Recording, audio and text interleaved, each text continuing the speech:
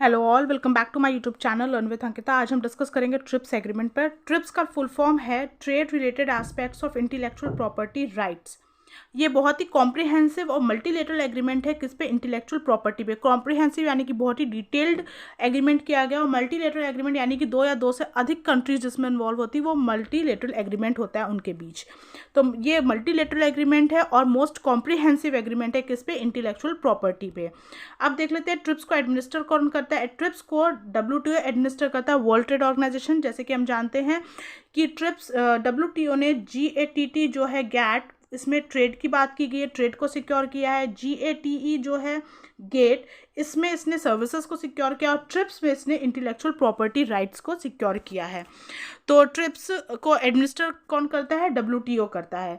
और it sets down minimum standards for many forms of intellectual property regulations and will be applied to other WTO members. इस point में बोल रहा है कि ट्रिप्स में मिनिमम स्टैंडर्ड सेट किया गया है इंटेलेक्चुअल प्रॉपर्टीज़ के लिए, जो कि सारे ही WTO मेंबर्स के लिए अप्लाई होगा। यानी कि जिस चीज़ को वो सिक्योर कर रहा है, जैसे कि इंटेलेक्चुअल प्रॉपर्टी को वो सिक्योर कर रहा है, तो उसके लिए मिनिमम स्टैंडर्ड उसने सेट किए हैं जो कि सारे ही WTO मेंबर्स पर अप्लाई होंगे। अब इंटेलेक्चुअल प्रॉपर्टीज़ हम बार बार देख रहे हैं, तो देख लेते हैं उसका मतलब क्या होता है। इंटेलेक्चुअल का मतलब ही होता है क्रिएशन ऑफ माइंड। माइंड का जो क्रिएशन होता है यानी कि इनोवेशन जो होता है, उसे ये सिक्योर करता है। इसमें क्या होता है कि अगर जो भी क्रिएटर है, अगर मतलब वो अपने राइट्स को सिक्योर करता है थ्रू इंटेलेक्चुअल प्रॉपर्टी राइट। अगर किसी को उसे यूज़ करना है तो उसे किसी भी फॉर्म का रॉयल्टी या फिर कंपनसेशन, फाइनेंशियल कंपनसेशन या फिर पेमेंट करनी होगी उस इंसान को जिसकी वो क्रिएशन है। तो इंटेलेक्चुअल प्रॉपर्टी राइट्स में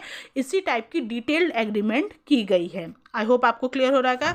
ये किस इंटेलेक्चुअल प्रॉपर्टी राइट्स में आते क्या क्या हैं? ट्रेडमार्क्स आते हैं, patents, copyrights, industrial designs, layout designs, trade secrets, geographical indications, ये सब इंटेलेक्चुअल प्रॉपर्टी राइट्स है। एक बार मैं फिर से बता दूं, इंटेलेक्चुअल प्रॉपर्टी राइट्स में ओनर्स के राइट्स को सिक्योर किया जाता है, उनके इनोवेशन को सिक्योर किया जाता है, ताकि कोई भी उसे कॉपी ना कर सके। अगर किसी को उसे यूज़ करना है तो उसे वो पेमेंट करनी पड़ेगी किसी भी फॉर्म में, और उससे परमिशन लेनी पड़ेगी उसके इनोवेशन को यूज़ करने के लिए। आई होप आपको क्लियर होगा। अब देख लेते हैं, एक ओवरव्यू मिल जाए, एक हमें आइडिया हो जाए कि किस राइट में क्या क्या सिक्योर होता है। कॉपीराइट में ऑथर्स की राइट सिक्योर होती है, लिटरेरी वर्क्स और आर्टिस्टिक वर्क्स सिक्योर होता है। ट्रेडमार्क्स में गुड्स और सर्विसेज एक एंटरप्राइज की दूसरे एंटरप्राइज से डिफर करती है, तो वो चीज़ सिक्योर होती है। आप एंटरप्राइज टू एंटरप्राइज जान सकते हैं कि किसका कौन सा गुड्स और सर्विसेज है।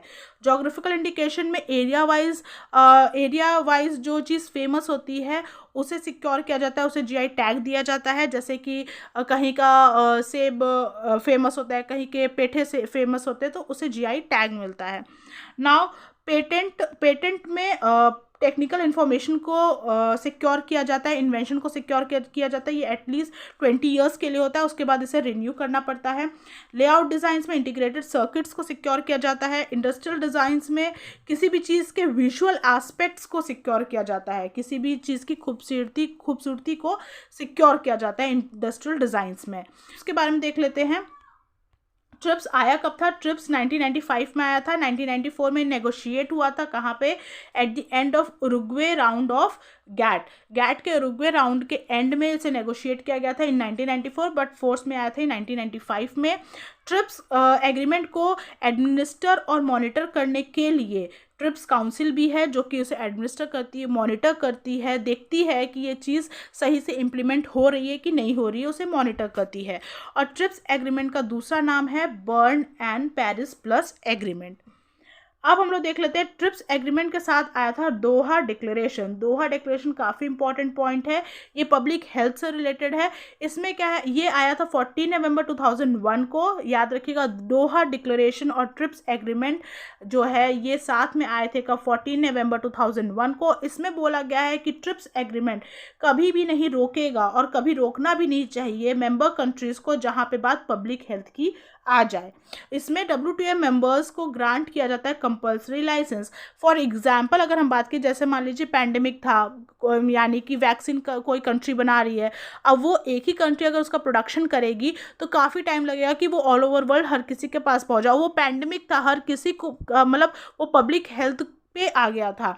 तो ऐसे केस में क्या होगा कि वो थोड़ी सी फ्लेक्सिबिलिटी दिखा के और कंपल्सरी लाइसेंस ग्रांट करके कोई और कंट्री को अलाउ कर दे कि आप भी इसका प्रोडक्शन करिए। तो यहाँ इसी का मतलब होता है कंपल्सरी लाइसेंस, और इसी के बारे में बात की गई है दोहा डिक्लेरेशन के ट्रिप्स एग्रीमेंट में, ट्रिप्स एग्रीमेंट के दोहा डिक्लेरेशन में। आई होप आपको क्लियर होगा। अब देख लेते हैं, trips also specifies enforcement procedures, remedies and dispute resolution procedure. अब जहाँ पे एक से ज़्यादा लोग इन्वॉल्व होते हैं, यहाँ पे तो पूरी कंट्री इन्वॉल्व हो रही है, एक से ज़्यादा कंट्रीज इन्वॉल्व हो रही है, तो उस केस में वहाँ पे कैसे चीज़ें एनफोर्स होंगी, उसका प्रोसीजर्स, उसकी रेमेडीज़, और अगर डिस्प्यूट्स हो जाए तो वो कैसे रिजॉल्व होगी, वो सारे ही प्रोसीजर्स ट्रिप्स एग्रीमेंट में पहले से मेंशन है। अब क्या रिजल्ट निकल गया था, इम्प्लीकेशंस क्या थे ट्रिप्स एग्रीमेंट में, उसके रिजल्ट क्या थे? Promotion and enforcement of intellectual property shall contribute to the promotion of technology. यानी कि इसमें बोल रहा है कि ये जो निकल के आया, इससे क्या हुआ कि जो प्रोड्यूसर्स थे और जो यूजर्स थे टेक्नोलॉजी को, दोनों को ही फायदा हुआ। ठीक है। नेक्स्ट है कि जो मेंबर कंट्री थी, जो जैसे कि ट्रिप्स में जो WTO मेंबर्स हो, वो ट्रिप्स एग्रीमेंट सब पे अप्लाई होता है।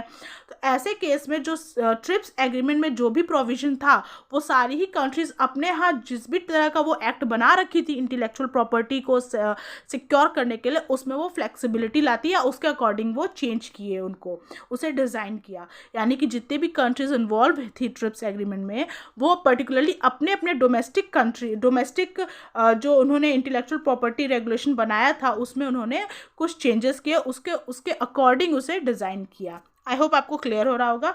लास्ट पॉइंट क्या रिजल्ट निकल के आया था, जैसे कि इंडिया में क्या हुआ था कि गवर्नमेंट ने अमेंड किया था 1970 पैनल एक्ट 2005 को, और 2010 में कॉपीराइट एक्ट को अमेंड किया गया था, जो कि फोर्स में आया था 2012 में। यानी कि सेकेंड पॉइंट और थर्ड पॉइंट काफ़ी रिलेटेड है। इसमें बोला जा रहा है कि ट्रिप्स एग्रीमेंट में जो भी चेंजेस किए गए, या ट्रिप्स एग्रीमेंट में जो चीज़ लिखी थी, जो प्रोविजन बने थे, तो वो डोमेस्टिकली जो भी रेगुलेशन कंट्रीज़ ने अपने यहाँ बना रखी थी, उसे ट्रिप्स एग्रीमेंट के अकॉर्डिंग चेंज किया, डिज़ाइन किया। जैसे कि अगर इंडिया की बात की तो उसने पीनल एक्ट में चेंजेस लाए, कॉपीराइट एक्ट में चेंजेस लाए। आई होप आपको ट्रिप्स एग्रीमेंट क्लियर हो रहा होगा। ये काफ़ी इंपॉर्टेंट पॉइंट है, एग्जाम से पूछ लिए जाते हैं, तो इसे आप अच्छे से ही पढ़ के जाइएगा। Thank you so much.